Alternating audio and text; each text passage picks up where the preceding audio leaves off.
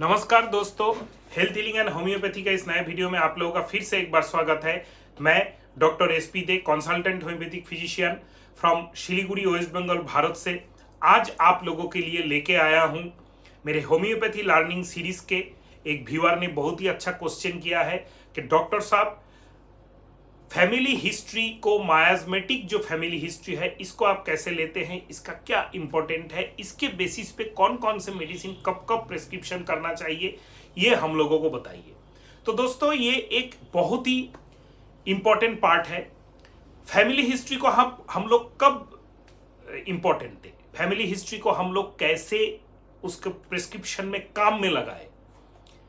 हर patient का कुछ ना कुछ फैमिली हिस्ट्री रहता है, तो पॉइंट वाइज समझते हैं। First, during case taking you have to take family history must. कब लेना चाहिए? जब कोई भी क्रॉनिक डिजीज का, एक दो दिन का बुखार में, एक दो दिन का हेडेक में, एक दो दिन का डायरिया में, या सिंपल कुछ क्रॉनिक इलनेस होते हैं जैसे कमर दर्द सडनली हुआ, तो एक्यूट एक्स्ट्रावेशन ऑफ क्रॉनिक डिजीज चल रहा था, खुद बहुत ज्यादा बढ़ गया, तब पेशेंट आपके पास आया है।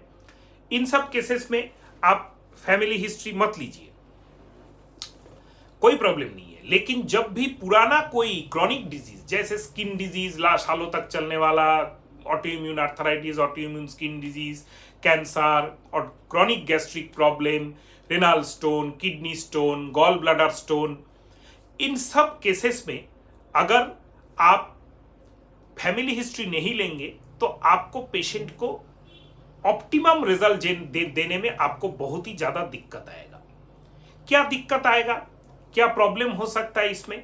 सबसे इंपॉर्टेंट पार्ट है कि ऑयल इंडिकेटेड मेडिसिन फेल होने का चांसेस रहता है। आपने एक फैटी लीवर के पेशेंट को बहुत ही अच्छा तरह से केस टेकिंग करके लाइकोपोडियम आपने सिलेक्ट किया है।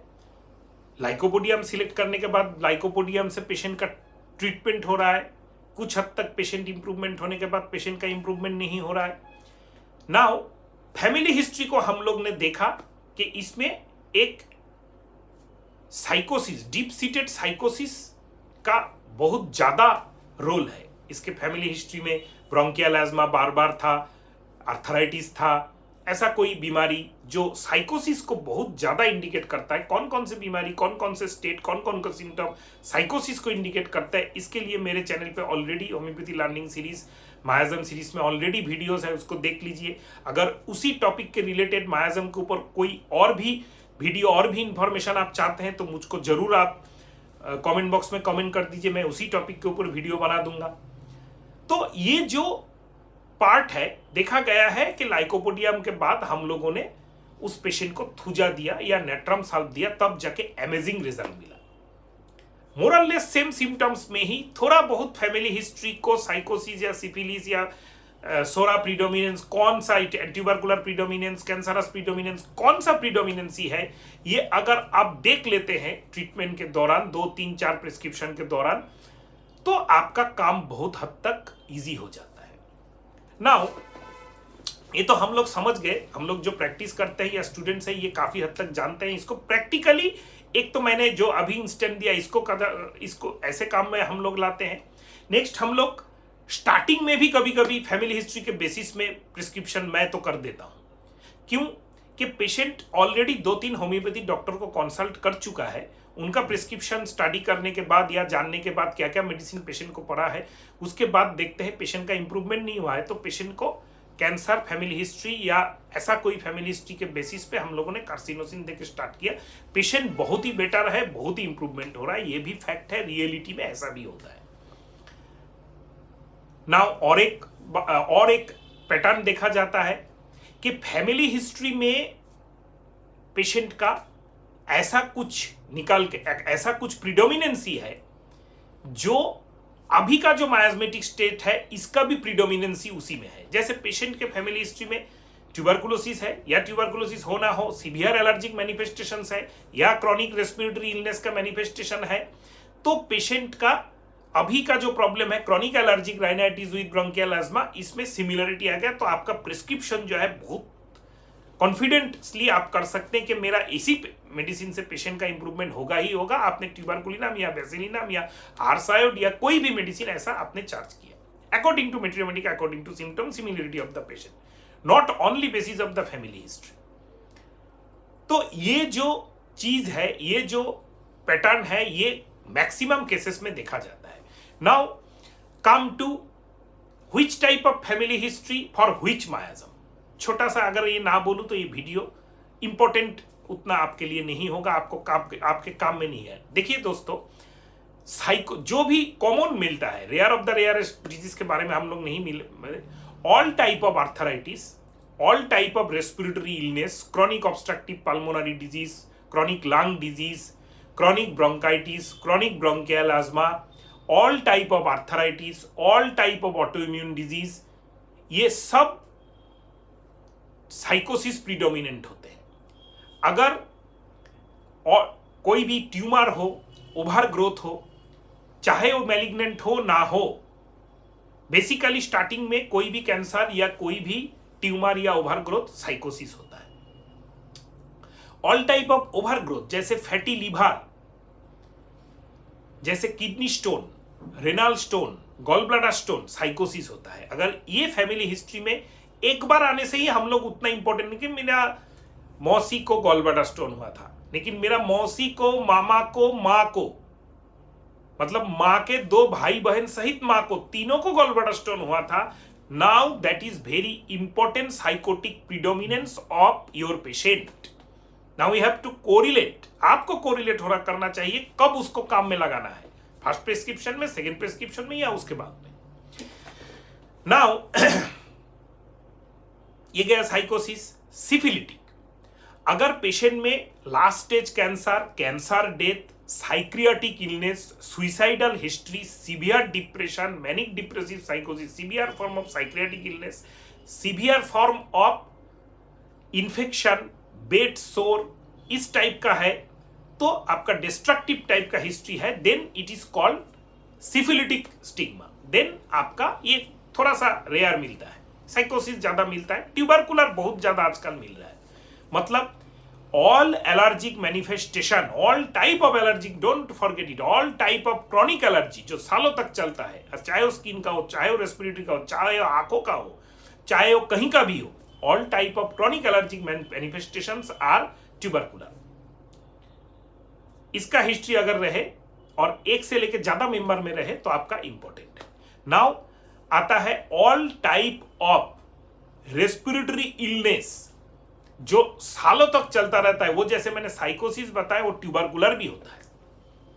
ट्यूबरकुलोसिस तो ट्यूबरकुलर होता ही है, और ट्यूबरकुलोसिस पल्मोनरी ट्यूबरकुलोसिस के जगह ब्रेन में जो मिलियरी ट्यूबरकुलोसिस होता है, पेट में जो एब्डोमिनल ट्यूबरकुलोसिस होता है, जो बोन्स में जो बोन टीबी होता है, ये सब ट्यूबरकुलर होता है। तो allergy and tuberculosis and long term respiratory illnesses are tubercular. Ringworm जो होता है ये ट्यूबरकुलर होता है। क्रॉनिक जो स्किन डिजीज सालों तक चलता है, ठीक नहीं होता है, ये भी ट्यूबरकुलर टिंग रहता है। अगर ये रहा पेशेंट में तो आपका साइकोटिक प्रीडोमिनेंसी होगा। Now come to bosses of the all boss, psora. What is psora? And बहुत सारे वीडियोस हैं मेरे, आप जरूर देखिए। कोई भी अगर नया टॉपिक लगे तो आपको जरूर आप मुझको कमेंट बॉक्स में कमेंट कीजिए, मैं उसी के ऊपर वीडियो बना दूंगा। सोरिक प्रीडोमिनेंसी कैसे, पेशेंट का स्किन डिजीज का हिस्ट्री था, उसका पर्सनल हिस्ट्री में पेशेंट का, मतलब ये फैमिली हिस्ट्री का बात होता है, लेकिन थोड़ा सा मैं पर्सनल हिस्ट्री में, पेशेंट का खुद का अगर पर्सनल हिस्ट्री का छोटे से लेकर आज तक कहीं कभी भी सप्रेशन ऑफ स्किन डिजीज हुआ है, then it is psora. Patient का फैमिली में history of suppression of skin disease, आपके मम्मी पापा या खून के रिश्तेदारों में किसी का स्किन डिजीज था, हाँ डॉक्टर साहब स्किन डिजीज तो बहुत था, क्या ट्रीटमेंट हुआ था उस टाइम? एलोपैथिक ट्रीटमेंट हुआ था, मलम लगाया गया था, lotion motion. Then suppression of skin disease in family also psoric, which can transmit the माइasthenic stigma to your patient, blockage to your patient. Now next बहुत ही important, all type of functional disturbances. Anaemia लगातार चलने वाला, gastric issues, कोई भी बड़ा diagnosis हो नहीं है, सारा जिंदगी गैस होता ही रहता है, सारा जिंदगी नौसिया टाइप का लगा ही रहता है, कोई भी बड़ा आर्थराइटिस नहीं है लेकिन कमर दर्द लगा ही रहता है। हाँ, उतना ज्यादा स्किन डिजीज का सीवियर इशू तो नहीं था लेकिन ईचिंग करता ही रहता था। उतना इशू तो नहीं था कोई भी गंजेपन का, लेकिन गंजापन है फैमिली में सबको। This type of functional disturbances, predominancy of functional disturbances are psoric. Now cancerous miasm, very important. Cancer in any type अगर फैमिली में है तो आपका कैंसरस मायाजम है। एंड कैंसरस मायाजम के बारे में मैंने अभी तक वीडियो बनाया नहीं, मैं कोशिश करूंगा उसका what is the symptoms of cancer miasm, what are the remedies for cancer miasm, मैं ये लाने का कोशिश करूंगा आप लोगों के लिए। नाउ ये सब आप सोच के जो मैंने पहले पॉइंट्स बताया और उसके हिसाब से आपको पेशेंट में इसको इंप्लीमेंट करना है। कभी भी ऐसा नहीं सोचना है कि फैमिली हिस्ट्री मिल गया तो मेरा प्रिस्क्रिप्शन अभी आ जाएगा। फैमिली हिस्ट्री अगर आप जब case taking first time patient का कर रहे हैं, उस टाइम अगर आपका पेशेंट का प्रीडोमिनेंसी कोई और मेडिसिन से मैच करे, सिम्टम प्रीडोमिनेंसी कोई मेडिसिन से मैच कर रहा है तो उसी मेडिसिन को दीजिए, फैमिली हिस्ट्री को मत देखिए। जब वो मेडिसिन अगर काम ना करे, वेल इंडिकेटेड मेडिसिन फेल हो या वो मेडिसिन कुछ हद तक काम करके बंद हो जाए, तब आप फैमिली हिस्ट्री के ऊपर मेडिसिन सिलेक्ट कीजिए। लेकिन ब्लाइंडली अगर प्रीडोमिनेंटली कोई मायस्मेटिक्स है कि प्रीडोमिनेंटली ट्यूबरकुलर है तो ट्यूबरकुली नाम आप मत दीजिए। ट्यूबरकुलर अगर आप अभी आपको देना है तो आपको ढूंढना है पेशेंट में कौन सा ट्यूबरकुलर मेडिसिन का सिम्टम सिमिलरिटी ज्यादा है मेट्रिया मेडिका से, रिपर्टरी से, उसको मैच करके तब आपको उसको देना है, तब जाके काम करेगा। तो दोस्तों यहां तक अगर वीडियो को आपने देख लिया है तो आपको होम्योपैथी अच्छा लगता है, हमें होम्योपैथी सीखना चाहते हैं, प्रैक्टिशनर है, मेरे जितने भी वीडियोज है होम्योपैथी लर्निंग सीरीज के सब आप लोगों के लिए डेडिकेटेड है। इसके लिए आपको कुछ भी पैसा खर्चा नहीं करना पड़ेगा। और काइंडली इस वीडियोस को अपने होम्योपैथी फ्रेंड सर्कल में, स्टूडेंट सर्कल में, कम्युनिटी में शेयर जरूर कीजिएगा। और अगर चैनल में नए हैं, चैनल को सब्सक्राइब करके लाइक करना मत भूलिएगा। दोस्तों नमस्कार।